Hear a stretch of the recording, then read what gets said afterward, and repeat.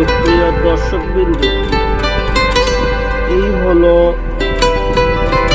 চোখের ব্যাটারি লাল শাক।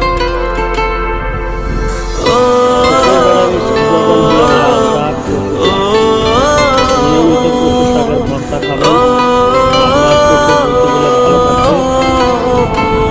যাদের চোখের সমস্যা নিয়মিত কচু শাক খান, আপনাদের চোখগুলো ভালো হয়ে যাবে। রাত কান্নার মেন ওষুধ হলো কচু শাক। আমরা ছোটোবেলায় পড়ছি, যাদের চোখের সমস্যা আছে, চোখে দেখে না, ঝাপসা দেখে, প্রতিদিন একবার হলেও কচুর ভর্তা খাবেন। এই কচুর ভর্তা আপনার চোখের জ্যোতিকে ফিরিয়ে আনবে। আমি তাই নিয়মিত কচু শাক খাই।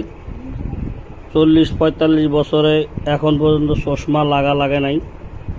আল্লাহর মর্জি ভালো আছি।